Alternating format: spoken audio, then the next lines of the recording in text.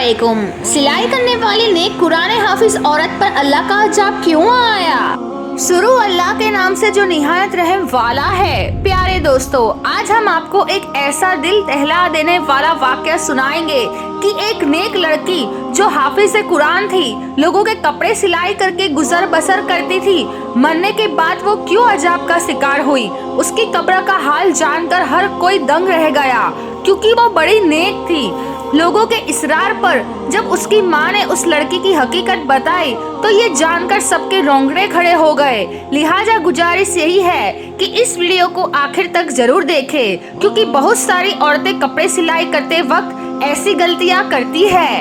आज की कहानी बड़ी ही सबक आमोज और खास कर उन औरतों और मर्दों के लिए है जो सिलाई कढ़ाई जैसा काम करते हैं, क्योंकि अनजाने में वो ऐसा गुनाह कर जाते हैं जिसकी वजह से उन्हें बहुत सख्त अजाब का सामना करना पड़ सकता है। किसी शहर के दूर दराज इलाके में नफीसा नाम की लड़की अपनी माँ के साथ रहती थी। उसके बाप का इंतकाल हो चुका था। नफीसा की माँ ने नफीसा को कुरान पाक हिफ्ज करवाया और स्कूल की तालीम भी दिलवाई और सिलाई भी सिखाई थी, ताकि ये लोगों के कपड़े वगैरह सिलाई करके और कुछ नहीं तो घर का खाना पीना ही चला सके। यानी कि उन माँ बेटी की 2 वक्त की रोटी चल सके। नफीसा बहुत ही मेहनती लड़की थी। उसके कुछ उसूल थे जिससे वो कभी पीछे नहीं हटती थी। अभी भी कितनी देर से उसके पास 2 औरतें बैठी हुई थी, बार बार कपड़े सिलाई के लिए इसरार किए जा रही थी, लेकिन नफीसा ने 2 टोक लफ्जों में उन्हें जवाब दे दिया कि वो उनके कपड़े नहीं सी सकती। वो औरतें फिर नफीसा की मिन्नतें करने लगी। नफीसा, देखो, इनकार ना करो, तुम सबके कपड़े सिलाई करती हो और बहुत अच्छे करती हो, हमारे कपड़े भी सिल दो।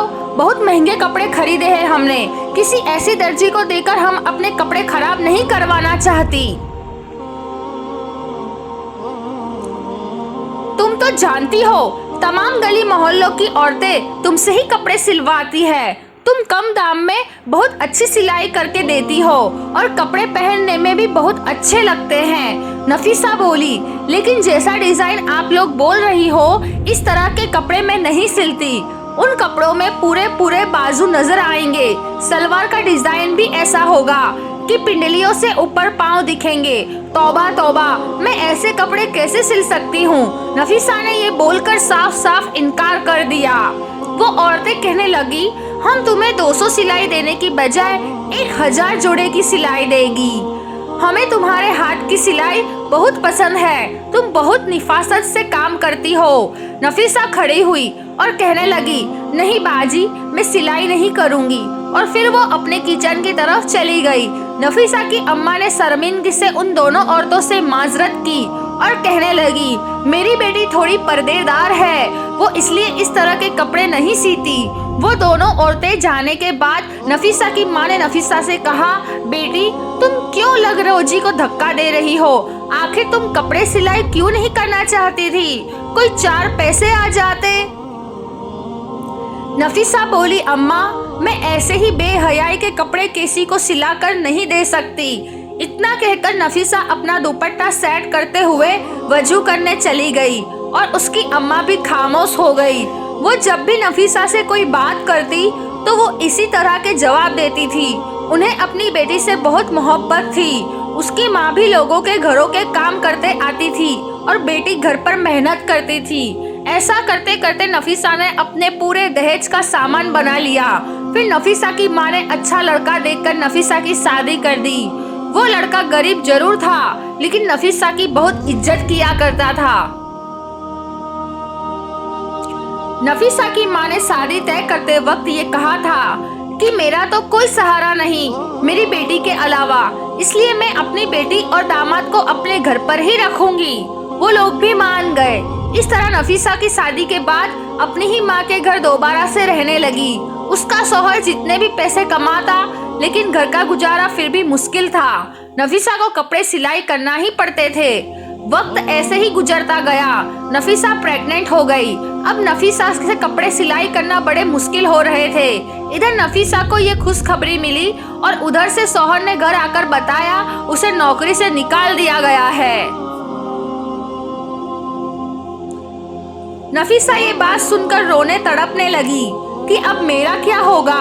मैं इस हाल में भी कपड़े सिलाई करूंगी, क्या मुझे सुकून नहीं मिल सकता। हालांकि नफीसा का शौहर नफीसा का बहुत ख्याल रखता था।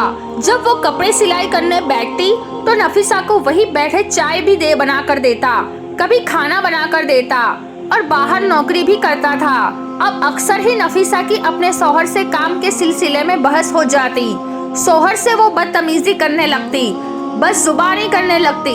जब शौहर खाना खाने बैठता तो आगे से ये कह देती, काम के ना काज के, दुश्मन अनाज के। वो बेचारा दो निवाले खाता और उठकर बाहर चला जाता।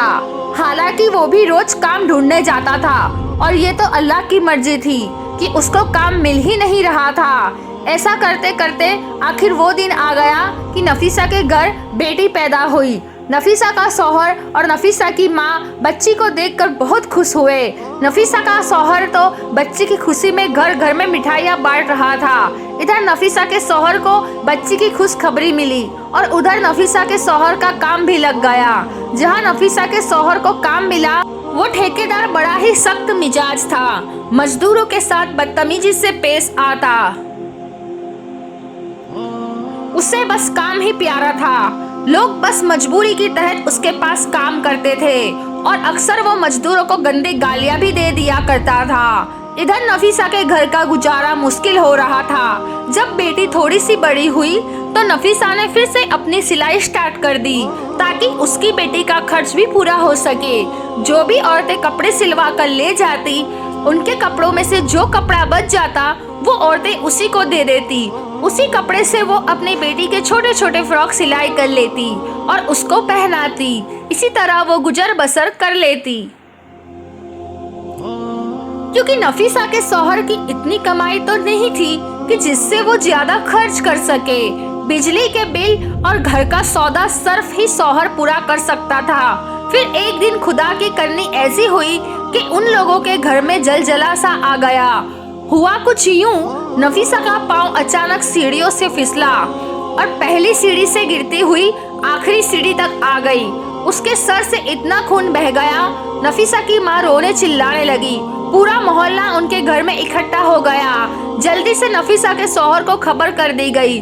जुम्मे का दिन था और नफीसा का शौहर इसलिए आज काम पर था कि एक्स्ट्रा जो पैसे मिलेंगे मैं अपनी बच्ची के लिए खिलौने खरीदूंगा। उस दिन और कोई मजबूर वहाँ काम नहीं कर रहा था। जब नफीसा के शौहर को बीबी की ऐसी खबर मिली तो जल्दी से अंधाधुंध उसने ताले लगाए और भागकर घर वापस आ गया। चाबी उसने अपनी जेब में रख ली और जल्दी से घर आ गया। डॉक्टर के पास ले जाते जाते नफीसा का रास्ते में ही दम तोड़ गई। नफीसा के शौहर को नफीसा की कई बातें बहुत याद आ रही थी। वो तड़प तड़प कर रो रहा था और नफीसा की माँ भी बिलक बिलक कर रो रही थी। नफीसा का शौहर इसलिए भी ज्यादा रो रहा था कि उसकी मासूम सी बच्ची है, उसका क्या बनेगा। बिन माँ के कैसे पलेगी। अभी तो वो इतनी छोटी थी कि माँ का दूध पीती थी। ये सब सोचकर वो और भी ऊंची आवाज में रोने लग जाता। नफीसा की अचानक मौत पर हर कोई अफसोस करने लगा। कौन जानता था एक जवान लड़की भरी जवानी में यूं खामोशी से चली जाएगी। हर कोई नफीसा की नेकी गुण गा रहा था। सभी जानते थे वो कितनी नेक थी, परहेजगार थी, हर किसी का ख्याल रखने वाली थी। हर कोई उसकी तारीफ में लगा हुआ था। नफीसा की माँ और शौहर का रो रो कर बुरा हाल हो गया।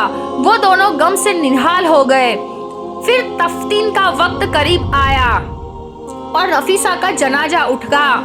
नफीसा को करीबी कब्रिस्तान ले जाकर दफना दिया गया। उसे दफनाते वक्त उसका शौहर कब्र के अंदर उतरा था और उसी दौरान उसके जेब में से वो चाबियां निकलकर कब्र के अंदर गिर गई, जहां काम से वो ताला लगाकर आया था। उसके शौहर को इस बात का पता ही न चला। वो घर लौट आया। शाम होते ही सब लोग अपने अपने घरों को चले गए। सबके जाने के बाद घर बिल्कुल वीरान सा हो गया। नफीसा की सिलाई मशीन सामने ही रखी हुई थी, जिसे देखकर उसकी माँ बार बार रोने लग जाती, क्योंकि उसको पहले बेवा होने का दुख था और अब बेटी के चले जाने का और छोटी नवासे के तन्हा रह जाने का दुख बार बार सता रहा था। नफीसा के शौहर ने नफीसा की माँ को संभाला और गोद में अपनी बच्ची को भी बिठाए हुए था, लेकिन एक माँ को कहाँ करार आना था। जिस बेटी ने माँ का बाजू बनकर दिखाया था वो इतनी अचानक चली गई। नफीसा की माँ तो यकीन नहीं कर रही थी। बस नफीसा की माँ यही बोला जा रही थी, अभी अभी तो मेरी बेटी कपड़े सिलाई कर रही थी, ये सब क्या हो गया। उसकी माँ को किसी भी तरह से यकीन ही नहीं आ रहा था कि उसकी बेटी अब इस दुनिया से जा चुकी है।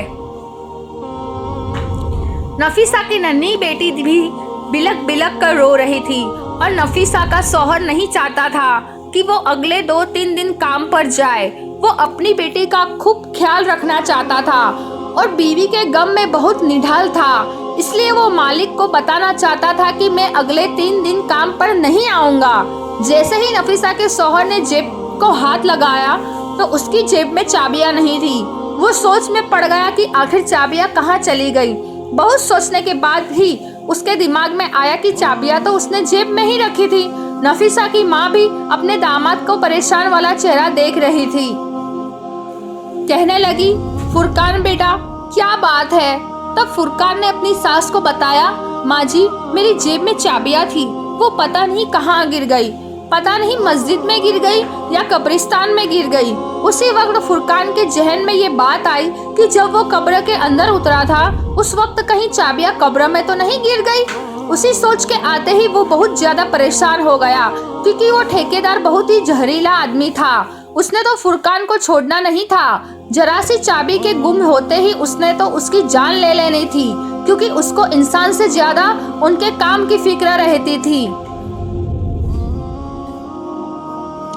अभी फुरकान यही सोच रहा था कि ठेकेदार का फोन आ गया और उसने कहा, सुबह बंदे काम पर लगाने हैं, तुम मुझे अभी और इसी वक्त रातों रात चाबियां देकर जाओ ताकि मैं बाकी के काम पर सुबह सवेरे मजदूरों को लगा सकूं। इतनी बात सुनकर फुरकान का हलक खुश्क हो गया। वो ये भी ना कह सका कि चाबियां कहीं गुम गई है। उसने बस इतना ही कहा कि मैं आपको चाबियां सवेरे पहुंचा दूंगा। अब उसे रातों रात में ही चाबियां तलाश करनी थी। बहुत सोच विचार करके बाद उसने कब्रिस्तान का रुख किया। रात के 12 बज रहे थे और नफीसा की बेटी अभी नानी के पास सो रही थी। नफीसा का शौहर रात के 12 बजे ही कब्रिस्तान की तरफ कदम बढ़ाने लगा। उसका दिल घबराहट का शिकार था। वो बहुत ज्यादा परेशान होने के साथ साथ खौफजदा भी था। इससे पहले वो कभी इतनी रात को कब्रिस्तान नहीं आया था। ये कब्रिस्तान गांव से कुछ दूर था। उसे बिल्कुल भी समझ में नहीं आ रहा था कि वो क्या करे, लेकिन ये भी मजबूरी थी। वो कीमती चाबियां थी, उसने अपनी लापरवाही से गुम कर दी थी और इन चाबियों को तलाश करते करते वो रात के 12 बजे कब्रिस्तान में पहुंच गया था। 401 अजीब सी मौत की बोसत थी। नफीसा के शौहर फुरकान का दिल बैठने लगा। शाम को ही उसने अपनी बीवी को जिस कब्र में दफन किया था वो उसके करीब पहुंच गया। फिर उसने पैरों की तरह से खुदाई शुरू कर दी। उसका मकसद अपनी चाबियों को हासिल था। अभी उसने थोड़ा हिस्सा ही खोदा तो गौरकन वहां पहुंच गया और गुस्से से कहने लगा, ये तुम क्या कर रहे हो? क्या तुम कोई कफन चोर हो? नफीसा के शौहर ने घबराहट टॉर्च अपने चेहरे की तरफ किया तो गौरकन कहने लगा, तुम तो वही हो ना जिसकी बीवी का शाम में इंतकाल हुआ था? नफीसा का शौहर घबरा कर कहने लगा, हाँ मैं शाम को अपनी बीवी को यहाँ दफनाने आया था, लेकिन बीवी को दफनाते हुए कीमती चाबियां मेरी जेब से कब्र में गिर गई है और वो चाबियां मेरे लिए बहुत जरूरी है। बराए मेहरबानी आप ही मेरी मदद कर दो। ये सुनना था कि वो आदमी जो गोरकन था नफीसा के शौहर की मदद करने लगा। दोनों ने मिलकर बहुत जल्दी अच्छी खासी कब्र खोद ली। गोरकन के साथ मिलने से नफीसा के शौहर का डर भी खत्म हो चुका था और चाबी मिलने की उम्मीद भी जाग उठी थी। कुछ ही देर बाद कब्र पूरी तरह खुल चुकी थी। जब नफीसा के शौहर ने कब्र के अंदर का मंजर देखा तो नफीसा के शौहर के होश उड़ गए। गौरकन ने दोबारा से जल्दी जल्दी कब्र में मिट्टी डालना शुरू कर दी। उसके पसीने छूट रहे थे।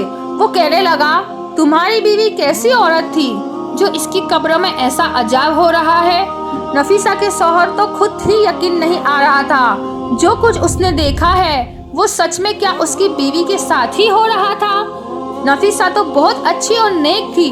उसकी नेक बीवी और हर कोई एतराफ करता था। उसने तो कभी कोई ऐसा गुनाह नहीं किया था जिसकी वजह से उसका ये हाल हुआ।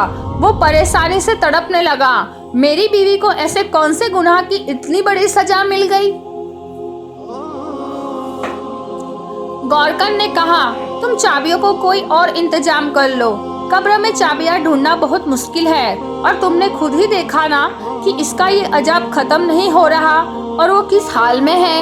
इसकी तरफ से तौबा इस्तगफार करो और अगर कोई गुनाह ऐसा है जो इसने अपनी जिंदगी में किया है तो इसके बारे में पता लगाओ ताकि उसकी मगफिरत हो सके। फुरकान रोते रोते अपने घर वापस पहुंचा। नफीसा की माँ ने उसे देखा तो कहने लगी, तुम इतनी रात तक कहाँ थे? मैं कब से तुम्हारे लिए परेशान हो रही थी। फुरकान नफीसा की माँ के कदमों में बैठ गया। कहने लगा, अम्मा, मेरा चैन सुकून सब लुट गया और अभी भी बुरी तरह वो कांप रहा था। नफीसा की माँ घबरा गई। पूछने लगी, बेटा बताओ तो सही, क्या मांजरा है? तुम इतनी रात तक कहाँ थे? फुरकान ने बताया, वो चाबियों की तलाश में कब्रिस्तान गया था, लेकिन वहाँ जाकर जो मंजर मैंने देखा उसके बाद शायद मैं सारी जिंदगी सुकून की सांस न ले सकूं। नफीसा की माँ भी डर गई और कहने लगी, पहेलियाँ ना बुझाओ, फुरकान बताओ तो सही क्या हुआ। और फिर फुरकान ने रोते हुए बताया कि जब नफीसा की कब्र खोदी गई ताकि चाबियों को तलाश किया जाए तो कब्र का मंजर देखकर मेरे तो होश उड़ गए। अम्मा, नफीसा जैसी नेक औरत को इतना सख्त अजाब हो रहा था, मैं आपको बता नहीं सकता। नफीसा के होठों पर आग जल रही थी और वो पूरी तरह चीखें मार रही थी। मैंने आग बुझाने की कोशिश की तो मुझे उसके स्याहे होठ नजर आए जो बहुत बड़े हो चुके थे, जैसे लटक गए हो, जबकि बाकी का जिस्म सलामत था। थोड़ी देर के लिए आग बुझी और फिर दोबारा भड़क उठी। पहले तो मैं समझ नहीं सका ये खुदा की तरफ से अजाब है, लेकिन गौरकन ने मुझे बताया कि यह अजाब इलाही है और सिर्फ इसके होठों को जला रहा है। फुरकान रोते हुए कहने लगा, अम्मा समझ नहीं आता इसके होठों पर आग क्यों लगी थी। वो तो इन होठों से हर वक्त अल्लाह का जिक्र किया करती थी। उसने कभी किसी की इन होठों से बुराई नहीं की थी। वो अच्छी औरत थी। नफीसा की माँ और उसका शौहर ऐसे ही सारी रात रोते रहे और अल्लाह ताला से नफीसा की मगफिरत के लिए दुआएं मांगते रहे। फज्र की अजान हुई तो नफीसा की माँ कहने लगी, मस्जिद के इमाम साहब को खामोशी से सारी बातें बताओ और पता करो क्या मामला है। मेरी बेटी के साथ ऐसा क्यों हो रहा है? क्या उससे कोई गलती हुई? इमाम साहब बहुत ही नेक और पहुँचे हुए इंसान थे। यकीनन वो हमारे जरूर मदद करेंगे। फुरकान को भी ये बात मुनासिब लगी। इस मसले का अगर कोई हल बता सकता था तो वो इमाम साहब ही थे। फुरकान नमाज के लिए गया तो नमाज के बाद उसने मस्जिद के इमाम साहब को रोक लिया और तन्हाई में उन्हें रोते हुए सारी बात बता दी। यह सुनकर वो कहने लगे, मैं नफीसा की माँ से मिलना चाहता हूँ। फुरकान इमाम साहब को अपने घर ले आया और नफीसा की माँ से उसकी मुलाकात करवा दी। इमाम साहब पूछने लगे, अम्मा बताओ, नफीसा कहीं किसी की चुगली तो नहीं करती थी या कोई ऐसा गुनाह जो उसके मुंह से होता हो? नफीसा की माँ कहने लगी, मेरी बच्ची सिर्फ सिलाई का काम करती थी। उसे इतनी फुर्सत कहा कि वो आस पड़ोस में जाए या अपनी सहेलियों को अपने पास बुलाए। फिर ये सुनकर इमाम साहब ने एक ऐसा सवाल किया जिससे नफीसा की माँ चौंक उठी। इमाम साहब ने कहा, क्या नफीसा किसी की अमानत को अपने पास रखती थी? यानी कोई बचा हुआ कपड़ा, कोई जोड़े पर लगने वाली लेस वगैरह? नफीसा की माँ कहने लगी, नफीसा तो बचे हुए कपड़े और धागा वगैरह सब कुछ वापस लौटा देती थी और जो कपड़ा उसे चाहिए होता था वो पूछ कर लिया करती थी। इमाम साहब कहने लगे, सोच लो कि ऐसी गलती हो सकती है जिसकी वजह से उसके मुंह को अजाब हो रहा है, लेकिन फिर भी उसने जाने अनजाने में कोई ऐसा गुनाह तो जरूर किया है। अमानतों के मामले में हमें बहुत सख्त तौर पर सवाल जवाब का सामना होगा। मुझे लगता है यहाँ अमानत का ही कोई मामला है। क्योंकि नफीसा की बेटी नेकी से तो मैं खुद वाकिफ हूँ, क्योंकि इमाम साहब भी नफीसा को अच्छी तरह जानते थे। उन्हीं के पास तो नफीसा ने कुरान पाक हिफ्स किया था। इमाम साहब कहने लगे, फिर भी बेटी की कोई ऐसी बात सोचकर बताओ जो वो किया करती थी और उस आदत का ताल्लुक नफीसा के होठों से हो। नफीसा की माँ बहुत सोचकर कहने लगी, और उसकी उस आदत से मुझे बड़ी चिढ़ थी। वो कैंची की बजाय अपने मुंह से धागा तोड़ती थी और फिर धागे का जो जरा रेशा उसके मुंह में या होठों पर रह जाता उसे दांतों में चुभाती। अक्सर ही मैंने उसका मुंह चलते हुए देखा था, लेकिन वो बार बार कैंची नहीं उठाती थी, मुंह से धागा खींचकर तोड़ दिया करती थी और फिर उसी धागे को मुंह से चबाकर थूक देती थी। बहुत बार मैंने उसे समझाया कि इस तरह होठ भी कट सकता है, लेकिन वो अपनी आदत में पक्की हो चुकी थी। ये सुनते ही इमाम साहब कहने लगे, तो फिर हो सकता है ये अजब उसी धागे के जर्रे की वजह से हो, क्योंकि जब नफीसा की मौत हुई थी तो इससे पहले वो कपड़े सिलाई करती करती उठकर सीढ़ियों की तरफ गई थी। शायद उसकी मौत के वक्त वो धागे का जर्रा उसके मुंह में रह गया हो और उसी धागे की वजह से उस पर अजाब हो रहा हो। सिलाई के बचे हुए सामान के साथ धागे का एक जरा सा टुकड़ा भी उस शख्स की अमानत कहलाता है जो कपड़ों की सिलाई के पैसे देता है। सारी बची हुई चीजें की तरह धागा और दूसरी चीजें भी वापस करना जरूरी होती है। बेहतर है कि आप लोग इस तरह से मगफिरत की दुआ करें और जो लोग भी नफीसा से कपड़े सिलवाते थे उन सब से बात करके नफीसा की आदत के बारे में बताएं और इसके लिए माफ़ी मांग लें। ये सुनकर नफीसा की माँ बहुत ज़्यादा परेशान हुई। बजाहिर तो ये बहुत मामूली सी बात थी, लेकिन उसकी वजह से नफीसा को इतना सख्त अजाब होगा ये उनके वहमो गुमान में ही ना था। फिर नफीसा की माँ ने उन सब लोगों को अपने घर में जमा किया जिनके नफीसा कपड़े सिलाई किया करती थी और सबको नफीसा की इस छोटी सी आदत का बताकर नफीसा की मगफिरत के लिए हाथ जोड़े। लेकिन ये कोई ऐसी बड़ी बात तो थी नहीं, इसलिए सब ने फौरन माफ़ कर दिया। कुछ लोगों की नज़र में ये तो गुनाह भी नहीं था, लेकिन जो बात इंसान नज़दीक मामूली सी होती है अमल में वो अक्सर भारी होती है। यहाँ अब ये मामला अमानत का था, शायद इसलिए नफीसा की पकड़ हो गई थी। सब लोग नफीसा की अच्छी आदतों से वाकिफ थे, इसलिए नफीसा को माफ़ करने चले गए। उसी रात नफीसा की माँ ने अपने दामाद से कहा, फुरकान जल्दी से दोबारा चाबियों के लिए तुम उसकी कब्र लाजमी खोदो और अंदर का मंजर देखकर बताओ क्या इस पर अजाब हट गया है। नफीसा की माँ जानना चाहती थी कि उसके अजाब के पीछे असल वजह क्या थी। क्या वाकई एक जरा सा धागा उस पर अजाब की वजह बना था। उस रात फुरकान फिर गौरतन के पास गया और उन दोनों ने मिलकर कब्र खोदी तो देखा कि नफीसा की मैयत बिल्कुल ठीक थी। उसके पास से खुशबू आ रही थी, किसी किस्म का कोई अजाब बाकी न था और फुरकान भी चाबियां भी उसी कब्र में थी। फुरकान ने वो चाबियां वहां से उठाई और कब्र वापस से बंद कर दी और घर वापस आकर नफीसा की माँ को सारा माजरा सुनाया। उन्होंने अल्लाह का शुक्र अदा किया, उनकी बेटी पर से यह अजाब इलाही हट गया। और फिर जब ये बात गांव वालों को पता चली तो हर कोई हैरान रह गया कि इस कदर नेकोकार औरतों को एक अमानत की वजह से अजाब भुगतना पड़ा था। सारे गांव वालों ने तौबा इस्तगफार की और फिर सब ने अपने मामलात को सुधारने की कोशिश की। उस दिन के बाद गांव में हर कोई अमानत को लेकर बहुत चौकन्ना हो गया। किसी के पास किसी का जरा सी भी चीज होती तो उसे फौरन वापस लौटाया जाता। नफीसा तो चली गई थी, लेकिन जाते जाते अपनी माँ और शौहर को उदास कर गई। वो नफीसा की बेटी और नफीसा का शौहर और माँ तीनों उसे हर वक्त बार बार याद करते। नफीसा तो फूल थी जिसकी खुशबू चारों तरफ बिखरी हुई थी। उसके जाने के बावजूद भी लोग उसे बिल्कुल नहीं भूले थे। वो अपने अच्छे अखलाक और रवैये की वजह से सबके दिलों में आज भी जिंदा है। वो अब जन्नत की किसी आला मुकाम पर होगी। जो छोटा सा गुनाह उससे हुआ था उसकी सजा वो भुगत चुकी थी। कहने को तो ये सिर्फ मामूली सी बात है कि छोटा से धागे का टुकड़ा मुंह से तोड़ने पर उसका रेशा मुंह में रह गया, जिसे नफीसा ने चबाकर थूक भी दिया था। लेकिन अक्सर सिलाई करने वाली औरतों के साथ यही मामला होता है। लेकिन क्या कभी किसी ने सोचा कि इसकी वजह से भी इंसान को अल्लाह के आगे जवाब देना होगा।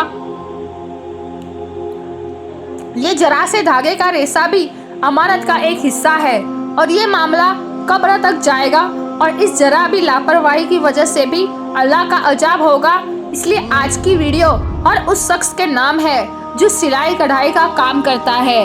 अगर आप भी ऐसी कोई गलती करते हैं तो खुदारा ऐसी कोई गलती ना करे, अमानत में खयानत ना करे, धागे से लेकर बटन तक हर चीज को वापस कर दिया करे। हमें उम्मीद है कि आज की हमारी ये कहानी आप लोगों के लिए एक सबक है और जो लोग अमानत के बारे में मोहतात नहीं रहते वो भी इस कहानी से बहुत बड़ा सबक हासिल करेंगे। मजीद ऐसी ही वीडियोस हासिल करने के लिए हमारे चैनल को सब्सक्राइब करके हमारी फैमिली का हिस्सा जरूर बनाइए। शुक्रिया।